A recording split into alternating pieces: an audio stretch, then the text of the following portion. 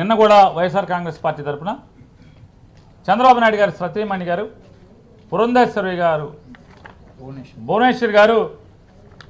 భువనేశ్వర్ గారు మన్నించండి చంద్రబాబు నాయుడు గారు సతీమణి గారు భువనేశ్వరి గారు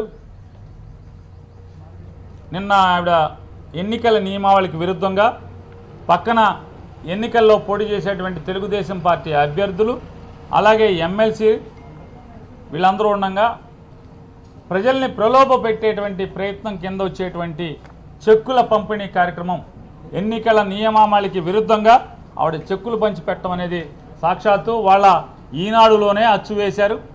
అమ్మగారు చెక్కులు పంచి పెడుతున్నారని చెప్పని ఇది ఎన్నికల నియమావళికి విరుద్ధం కాబట్టి ఖచ్చితంగా దాని మీద చర్యలు తీసుకోమని నిన్న ఇవ్వటం జరిగింది.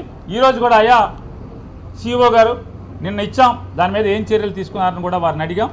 నేను జిల్లా కలెక్టర్లకి సంబంధిత జిల్లా కలెక్టర్కి రాస్తున్నాను, రాసి ఖచ్చితంగా ఎన్నికల నియమావళికి విరుద్ధంగా దాంట్లో చెక్ ఇవ్వటం అనేది పొరపాటు, చెక్ ఇవ్వటం అనేది కరెక్ట్ అయితే కనుక చర్యలు తీసుకోమని చెప్పని కూడా కలెక్టర్లకి ఆదేశాలు జారీ చేస్తాను సంబంధిత కలెక్టర్ అని కూడా వారు చెప్పడం జరిగింది. ఇది మరొకసారి అలాగే ఈనాడు పేపర్లో ఇవాళ దుర్మార్గంగా కిరాతకంగా వైజాగ్ డ్రగ్స్ గురించి ఒక బ్యానర్ ఐటమ్ పెద్ద హెడ్లైన్స్తో రాయటం జరిగింది.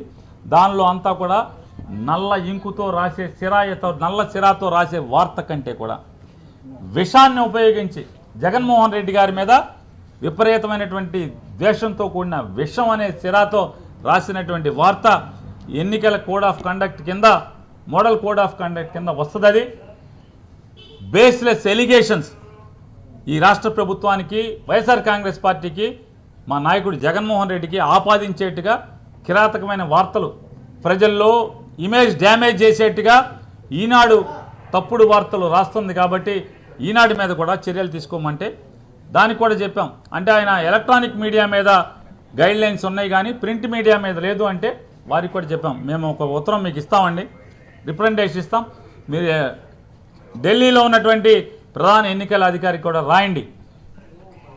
వారి ఊహలో లేకపోతే ఎలక్షన్ కమిషన్ యొక్క ఉద్దేశంలో టీవీల్లో మాత్రమే తప్పుడు వార్తలు వస్తాయి, పేపర్ వాళ్ళు చాలా బుద్ధిమంతులు అనుకుంటున్నారేమో.